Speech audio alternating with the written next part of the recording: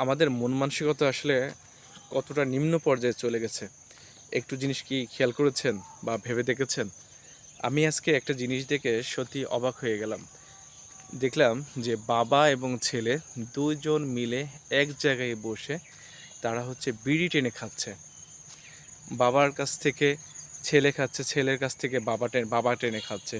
এটা দেখে সত্যি আমি অবাক হয়ে গেলাম যে আসলে আমরাও বড় হয়েছি এবং আমরা কিন্তু এখনো পর্যন্ত সেভাবে কিন্তু বিড়ি সিগারেট কি জিনিস কিন্তু বুঝিই না।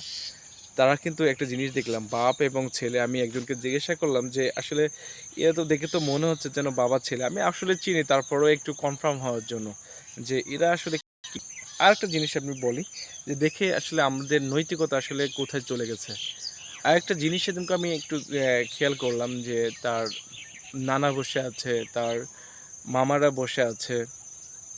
আমিও তার সম্পর্কে মামা হই। তো আমরা সে আমাদের অনেক ছোট। সে আমাদের মানে কি বলবো? যে তারা কিন্তু বয়স সবথেকে ১০-১৩ বছর মতো বয়স হবে। সর্বোচ্চ ১৩, তার উপরে কিন্তু হবে না। ১৩ বছরের একটা ছেলে সে দোকানে এসে বিড়ি ফুঁকছে এবং দোকানদারকে বলছে যে, "একটা বিড়ি দাও, বিড়ি খাবো।" বা ওরা তো বিড়ি বলে না, সিগারেট খায়। সিগারেট খাবো। এটা দেখে কিন্তু একটা জিনিস উপলব্ধি করলাম যে আসলে আমরা যখন কেউ বড়রা, বিশেষ করে বড়রা যখন দোকানে বসে থাকতো বা দোকানে থাকতো, আমরা কিন্তু ঢুকতেই আমাদের কেন জানি লজ্জা বোধ করতো, মনের ভেতরে একটা ভয় কাজ করতো।